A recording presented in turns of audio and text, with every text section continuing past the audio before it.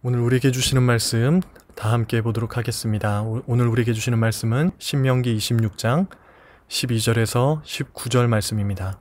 신명기 26장 12절에서 19절 말씀 다 찾으신 줄 알고 봉독해 올리도록 하겠습니다. 셋째 해 곧 11조를 드리는 해에 내 모든 소산의 11조 내기를 마친 후에 그것을 레위인과 객과 고아와 과부에게 주어 내 성읍 안에서 먹고 배부르게 하라. 그리할 때에 내 하나님 여호와 앞에 아뢰기를 내가 성물을 내 집에서 내어 레위인과 객과 고아와 과부에게 주기를 주께서 내게 명령하신 명령대로 하였사오니 내가 주의 명령을 범하지도 아니하였고 잊지도 아니하였나이다. 내가 애곡하는 날에 이 성물을 먹지 아니하였고 부정한 몸으로 이를 떼어두지 아니하였고 죽은 자를 위하여 이를 쓰지 아니하였고 내 하나님 여호와의 말씀을 청종하여 주께서 내게 명령하신 대로 다 행하였사오니 원하건대 주의 거룩한 처소 하늘에서 보시고 주의 백성 이스라엘에게 복을 주시며 우리 조상들에게 맹세하여 우리에게 주신 젖과 꿀이 흐르는 땅에 복을 내리소서 할지니라. 오늘 내 하나님 여호와께서 이 규례와 법도를 행하라고 내게 명령하시나니 그런즉 너는 마음을 다하고 뜻을 다하여 지켜 행하라. 내가 오늘 여호와를 내 하나님으로 인정하고 또 그 도를 행하고 그의 규례와 명령과 법도를 지키며 그의 소리를 들으라. 여호와께서도 내게 말씀하신 대로 오늘 너를 그의 보배로운 백성이 되게 하시고 그의 모든 명령을 지키라 확언하셨느니라. 그런즉 여호와께서 너를 그 지으신 모든 민족 위에 뛰어나게 하사 찬송과 명예와 영광을 삼으시고 그가 말씀하신 대로 너를 내 하나님 여호와의 성민이 되게 하시리라. 아멘. 오늘 우리가 읽은 말씀은 모세가 모압 평지에서 백성들에게 전했던 두 번째 설교의 마지막 부분입니다. 하나님께서는 앞으로 가나안 땅에서 살아가야 할 이스라엘 백성들에게 그들이 반드시 기억하고 행해야 할 것들을 모세를 통하여 가르쳐 주셨습니다. 이것은 지금 이 땅을 살아가는 영적 이스라엘인 우리에게도 주시는 말씀이기도 합니다. 하나님께서 이스라엘 백성들을 선택하셨고 그들과 언약을 맺으셨습니다. 하나님께서는 이스라엘 백성들을 모든 민족 위에 뛰어나게 하셔서 찬송과 명예와 영광이 되게 하시고 하나님의 복을 누리는 보배로운 백성이 되게 하셨습니다. 그리고 이 선택받은 보배로운 백성들에게 요구되었던 것은 하나님의 모든 명령을 잘 지키는 것이었습니다. 하나님의 백성으로 구별된 이스라엘 백성들 뿐만 아니라 지금 이 땅에서 하나님의 거룩한 자녀로 구별된 우리가 오늘 말씀을 통해 우리 삶 속에서도 깨닫고 적용해야 하는 것은 무엇일지 오늘 두 가지로 생각해 보고자 합니다. 첫 번째로는 내가 가진 모든 것이 하나님께서 주신 것임을 잊지 말아야 한다는 것입니다. 우리가 이 땅을 살아가면서 매일 맡겨진 자리에서 최선을 다하고 또 열심히 일하고 그 열매를 얻으며 살아가지만 하나님께서 허락하시지 않으면 우리는 아무것도 얻지 못하는 존재들이고 우리는 하나님의 보호하심이 없이는 단 한순간도 살아갈 수 없는 존재들입니다. 그런데 많은 사람들이 이것을 잊어버리고 살아갈 때가 많습니다. 이스라엘 백성들도 노예 생활을 하고 광야를 지나면서 공급을 받고 하나님의 보호를 받았지만 하나님께서 이 모든 것을 주신 것임을 잊고 살다가 어려움을 겪으면 다시 깨닫고 그러다가 또 다시 잊고 또 다시 깨닫고 하는 이런 일들이 반복되었습니다. 내 삶에서 내가 가진 이 모든 것이 내 것인 줄 알면 일어나는 모습인 것입니다. 이스라엘 백성들이 하나님의 말씀을 지킨다는 것은 여호와를 자신의 하나님으로 인정한다는 의미가 되는 것이었습니다. 그들은 자신이 가진 모든 것이 하나님께로부터 왔다는 것을 인정하며 또 말씀에 순종하여 주신 것의 일부를 하나님께 드렸던 것입니다. 어려움 속에서도 보호해 주시고 신실하게 인도해 주시고 또 만유의 주 되시는 하나님께서 때를 따라 햇빛을 비춰주시고 또 땅에 비도 내려주셔서 농작물과 열매가 자라게 하시고 풍성한 수확을 거두게 하신 것을 깨닫고 하나님의 도우심과 은혜 없이는 매일 한순간도 살아갈 수 없다는 그러한 고백과 하나님을 경외하는 표현으로 감사의 마음으로 11조를 드렸던 것입니다. 당시 구약시대 때는 11조에 두 가지 종류가 있었습니다. 신명기 14장 22절에서 29절 내용이 바로 또 그 내용입니다. 소산의 10분의 1을 구별하여 드리고 남은 것들 중에서 10분의 1을 구별하여서 3년째와 6년째가 될 때 가난한 자들과 불쌍한 자들을 돕는 데 사용되게 하였던 것입니다. 오늘 본문에 언급하고 있는 11조는 바로 이 두 번째에 해당하는 11조를 말하고 있는 것입니다. 이렇게 함으로써 우리가 누리는 복은 하나님께서 주시는 것임을 인정하며 말씀에 순종함으로 감사하면서 그것을 행함으로 표현했던 것입니다. 오늘 본문의 11조에 대한 말씀은 14장 29절 말씀을 다시 언급하여 풀어놓은 그러한 말씀입니다. 14장 29절 말씀을 보면 너희 중에 분깃이나 기업이 없는 레위인과 내 성중에 거류하는 객과 및 고아들과 과부들이 와서 먹고 배부르게 하라. 그리하면 내 하나님 여호와께서 내 손으로 하는 범사에 내게 복을 주시리라. 백성들은 구별된 성물을 다른 일에 사용하지 않고 하나님께서 명하신 대로 철저하게 11조를 지키고 하나님은 그들의 손으로 하는 모든 일에 복을 주시기로 약속하셨던 것입니다. 하나님께 구별해서 드리는 이 11조는 지금 우리에게도 매우 중요한 영적인 원리를 가르쳐 줍니다. 이것은 내가 내 힘으로 살아가는 것이 아니라 하나님의 은혜로 사는 자임을 고백하는 그런 신앙 고백의 행함으로 나타나는 표현입니다. 진짜 믿음은 행함으로 나타납니다.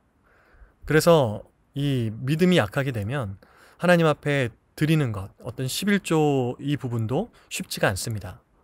그러나 정말로 내가 가진 모든 것, 나에게 주신 모든 것이 하나님의 것임을 믿고 하나님께서 우리의 손으로 하는 모든 일에 복을 주신다는 것을 믿게 되면 그것을 행함으로 감사함으로 표현하게 될 수 있게 되는 것입니다. 이런 것도 어릴 때부터 자녀들에게 교육하는 것이 굉장히 중요합니다. 가정예배가 굉장히 중요한 시대를 우리가 지금 살아가고 있는데 가정마다 참 이것이 쉽지 않다는 이야기들을 듣습니다. 이것이 쉽지 않은 이유는 여러 가지 이유가 있겠지만 자녀들이 어릴 때부터 가정에서 가정예배를 이렇게 드리지 않아서인 경우가 굉장히 많습니다. 갑자기 하려고 하니까 이것이 힘든 것입니다. 11조에 대한 것도 커서 자녀가 자기가 알아서 하겠지라고 생각하는 부모님들이 많이 계시지만 그러나 그것이 쉽게 되지 않습니다.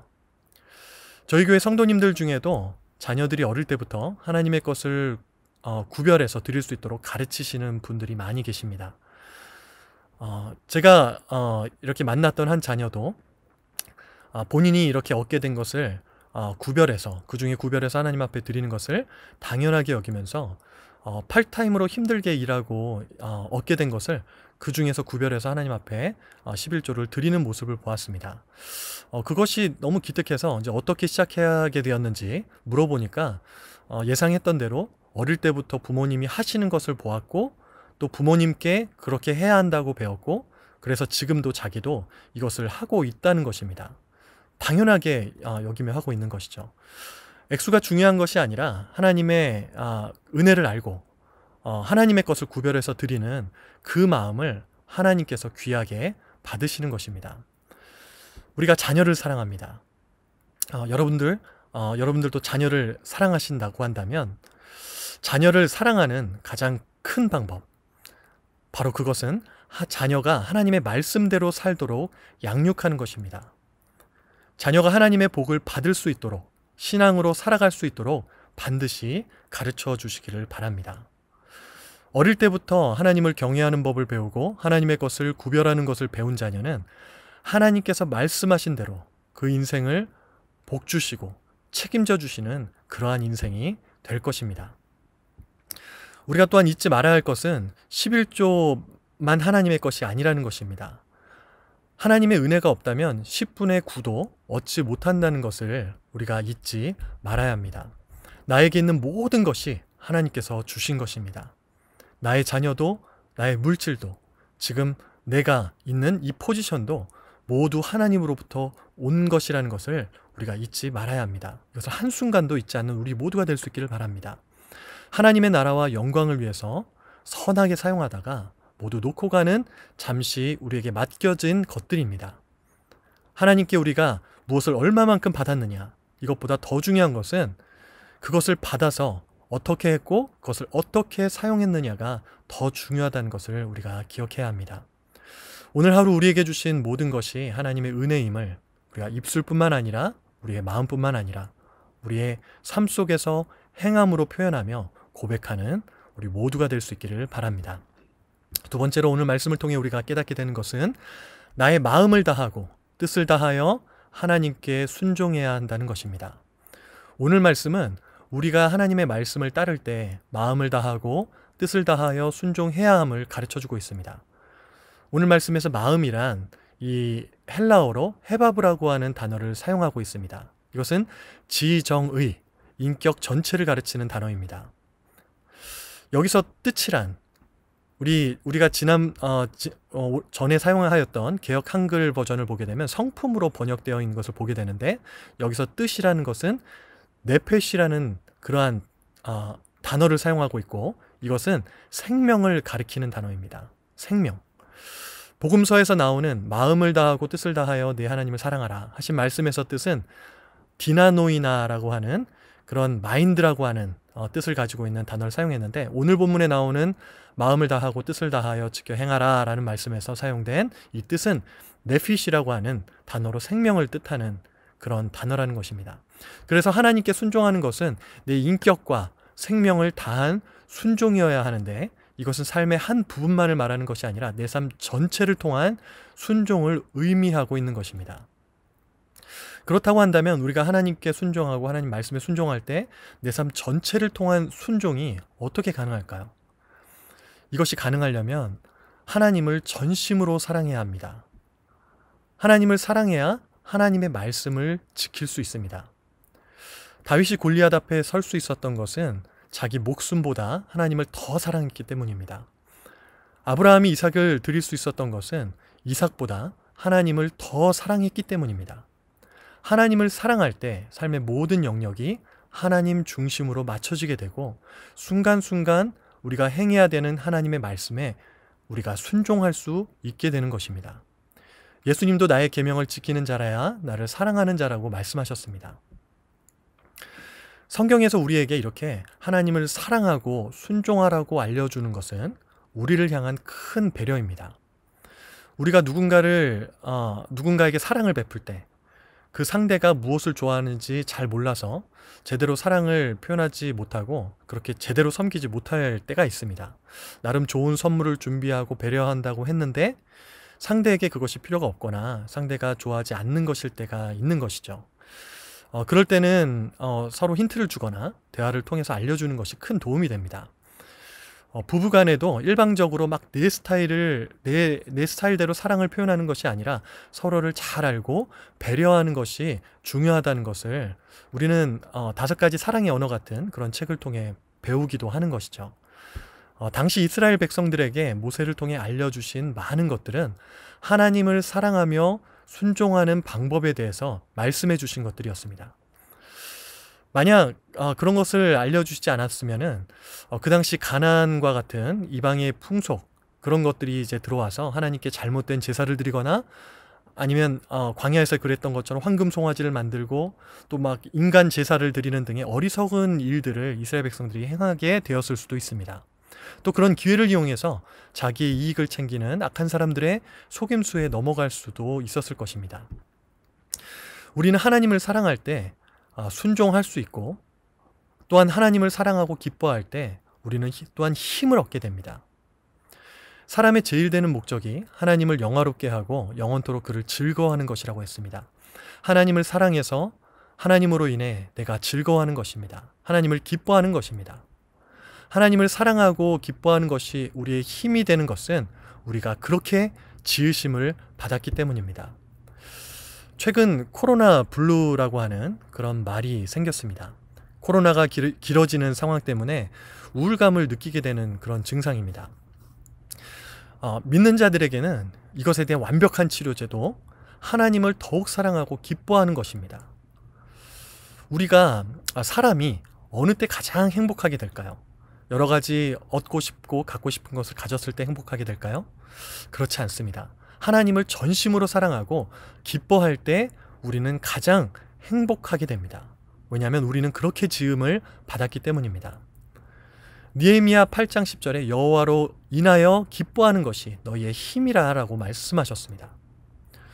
우리가 하나님 앞에 신앙생활을 하는 것도 억지로 하는 것이 아니라 하나님을 기뻐하는 마음으로 하는 것입니다.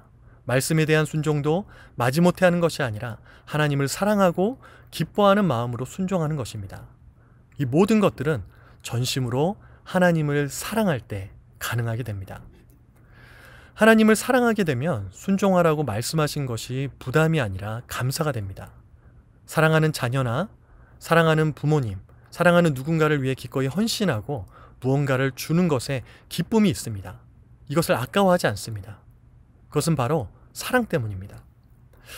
예수님은 너는 내 마음을 다하고 목숨을 다하고 뜻을 다하여 주 너의 하나님을 사랑하라. 이것이 크고 첫째 되는 계명이요 둘째도 그와 같으니 내 이웃을 내 자신같이 사랑하라 라고 말씀하셨습니다. 하나님을 전심으로 사랑하게 되면 이웃을 사랑하라라고 하는 명령도 또한 원수를 사랑하라고 하는 명령도 순종할 수 있게 되는 것입니다. 오늘 말씀에 나온 당시 11조를 통해서 어려운 이웃을 섬기는 것도 하나님을 사랑하는 마음에서 나와야 합니다. 하나님께 사랑을 받고 복받은 자들이 그 이웃에게 그 사랑과 복을 유통하는 삶을 살아야 할 그런 의무가 있는데 그 모든 동기는 하나님을 사랑하는 것이 되어야 한다는 것입니다. 예수님이 주신 계명에도 하나님을 사랑하는 것이 이웃을 사랑하는 것보다 먼저 나오는 것이 하나님을 사랑하는 그 사랑으로 그 이웃을 사랑할 수 있어야 하기 때문입니다. 이스라엘 백성들은 하나님과의 언약으로 모든 말씀을 지키면 그들을 지키시고 하나님께서 그들에게 복을 주셨습니다. 지금 우리에게도 말씀에 순종하면 하나님께서는 우리에게 복을 주십니다. 물론 율법을 통한 것이 아니라 예수 그리스도를 통해 맺으신 그 언약 때문입니다. 우리에게 가장 큰 복 중의 복이 무엇일까요? 우리에게 주신 가장 큰 복 중의 복은 예수 그리스도를 믿는 것입니다. 이것이 바로 하나님께서 우리에게 주신 큰 복입니다. 예수 그리스도를 믿게 됐다는 것이 우리에게 임한 정말로 크고 놀라운 복이고 이것은 잠깐 있다 없어지는 것이 아니라 그런 유한한 것이 아니라 영원한 복입니다. 예수 그리스도를 믿는 믿음으로 말미암아 우리는 하나님께서 예비하신 놀라운 구원의 은혜와 하나님의 자녀됨에 놀라운 권세의 복을 누리게 된 것입니다. 우리는 하나님을 사랑할수록 말씀에 더욱 순종할 수 있게 되고 이웃을 사랑하며 섬길 수도 있게 됩니다. 오늘도 우리에게 하루를 허락하셨는데 하나님을 전심으로 사랑하며 하나님의 말씀에 기쁨으로 순종하는 우리 모두가 될 수 있기를 바랍니다. 그래서 지어진 목적대로 살면서 이 땅에서 하나님께서 주시는 진정한 기쁨과 행복을 맛보며 하나님의 택하시고 보배로운 백성답게 살아가는 저와 여러분 될 수 있기를 바랍니다. 우리 이 시간에 오늘 주신 말씀 생각하시면서 우리 다 함께 기도하도록 하겠습니다. 모든 것이 하나님께서 주신 은혜임을 기억하면서 우리가 행함으로 감사할 수 있게 하시고 하나님을 사랑함으로 나의 마음과 뜻을 다하여 모든 주님의 말씀에 순종하는 자가 되게 해달라고 그렇게 기도하시기 바라고 또한 산불로 인해서 우리 최근 어려움을 겪고 있는 분들이 많이 계십니다. 이들을 보호해 주시고 지켜주시고 은혜 달라고 우리 함께 기도해 주시기 바랍니다. 또한 이번 주에 온라인으로 진행되는 글로우가 있습니다. 준비하는 모든 과정 가운데 하나님께서 은혜 주시고 함께 해달라고 기도해 주시기 바랍니다. 다 함께 기도하시겠습니다.